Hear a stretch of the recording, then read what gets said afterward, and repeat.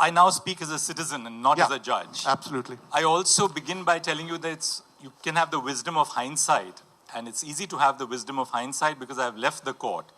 But on this particular case, let me make just the law as demystified as possible and then answer the question. Okay. Bail before conviction should be a matter of right, because our law is founded on one presumption, and that's the presumption of innocence. That is, every accused is presumed to be innocent until they are proved guilty at a trial. The second, pre-trial bail cannot be a form of punishment. Because if someone is in jail for, say, 5 years or 7 years as an under trial, and then is finally acquitted, how do you compensate for the lost time? Yeah. When do you deny bail to an accused? I'll give you a very simple example and then answer your question. Okay, go ahead. Suppose you have a serial rapist and a murderer who has been arrested on the allegation that that person has committed, say, 6 or 7 rapes and murders. There's a danger that if you let that person out into society, that person might repeat the offense. Yep. So this is a classic case where you would deny bail, where there is a danger that a person after being released on bail would commit the same offense. Second, a second exception, where a person on being released on bail wouldn't be available to face trial, that is, leave the Indian jurisdiction and escape out. That's a valid reason to deny bail. The third, a person who would tamper with evidence at the trial. If these 3 exceptions are not made out, bail has to be the rule. Now, the problem which we are facing today is this. A lot of our laws, particularly those relating to national security, have turned the law on its head by substituting the presumption of innocence with almost a presumption of guilt. Now, what does a court do when the state says national security is involved? And there I believe that the court is duty-bound to carefully scrutinize as to whether national security is involved, and second, whether the detention of the accused is proportional to the plea for national security. Otherwise, what's happening is this, is that you find people being incarcerated for numbers of years. And final point which I want to make, and which will really then put my answer in perspective, is that one of the serious problems of the criminal justice administration in India is the inability of our prosecutions to conclude trials within a reasonable period of time, which means that the prosecution is not going to be completed within, say, 1 year or 6 months or 3 years. If that is so, you have one fundamental right which is at issue. The right to life under Article 21 includes the right to a speedy trial. And even if an individual law denies the right to bail, as many of our laws do today, so the Narcotics Act does that, the Constitution is the supreme law of the land. Laws enacted by Parliament are tributaries which follow from that source. And therefore, ordinary laws must yield to the Constitution. And therefore, I'm very clear in my mind that unless the well-settled exceptions are made out in a particular case, the accused is entitled to bail.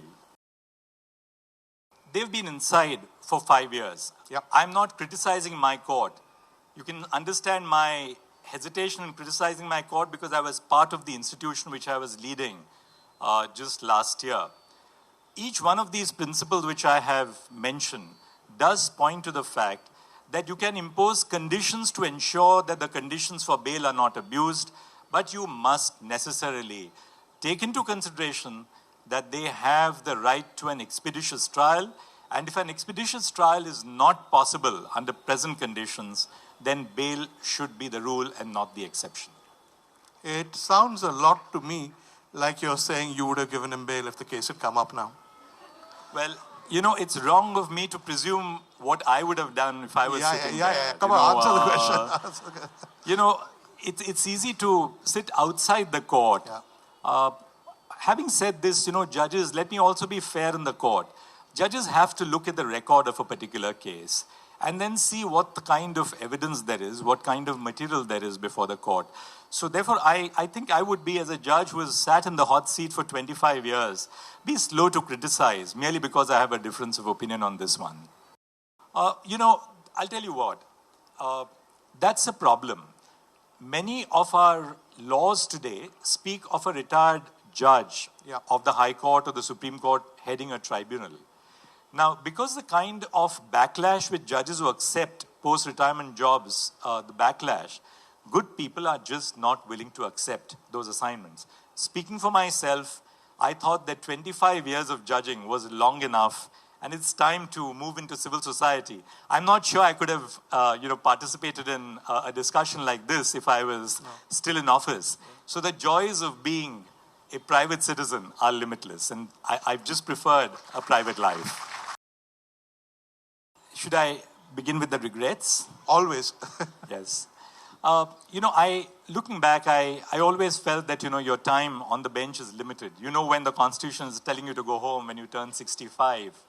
So you try and make the best. You lay down your priorities. One of my priorities was to reform the processes of the Supreme Court. My regret is that, I could have dealt with some more cases which I had listed and which I couldn't do. For instance, now I can tell you, today, 75 years after independence, marital rape is still not an offense. A husband who murders his wife is guilty of murder. A husband who grievously assaults his wife is guilty of grievous hurt and can be tried and convicted and sentenced. But a woman who is subject to non-consensual intercourse cannot complain of marital rape. I think that part of the law has to change. That case came up before me. I was left with 2 weeks before I retired. The lawyers, for one side, felt that I was rushing them and that they hadn't been given enough time to argue. I said, I don't ever want to retire with the allegation that I didn't give a fair hearing to one side. And therefore I said, I'll pass on the baton to the others. For things which I shouldn't be talking of things, for which I'm happy about. You can, but it doesn't matter. I don't want to be We've given you hard enough time, you can take some credit. I'll not take credit for the judgments which I've written. My judgments are now public property. It's for all of you to assess those judgments. But one thing which I really look back with a great deal of satisfaction is that I tried to convert the Supreme Court into a people's court. No case was too small for us, and no case was too big. We started live streaming of court proceedings. I was warned against starting live streaming. And I said, let the citizens know what happens in the courts. Let them know how important is the work of the court in the lives of the nation. Let a person, say, sitting in the corner of the Northeast or, a small district in Maharashtra or in Uttar Pradesh, know how their case is being argued by the lawyer. So live streaming took the proceedings of the court to the hearts of the people. Second, all our proceedings are in English. All the 37,000 judgments of the Supreme Court since independence are in English. That's not the language which India at large speaks. So we have used AI-assisted machine learning software to translate every one of these judgments into every language recognized by the 8th schedule of the Constitution. And I think, the Supreme Court in that sense has to reach out to the community, to become part of the life of the community. Because this is not really a Supreme Court of Delhi. It's a Supreme Court of India. And what better way than to reach out to people in their language?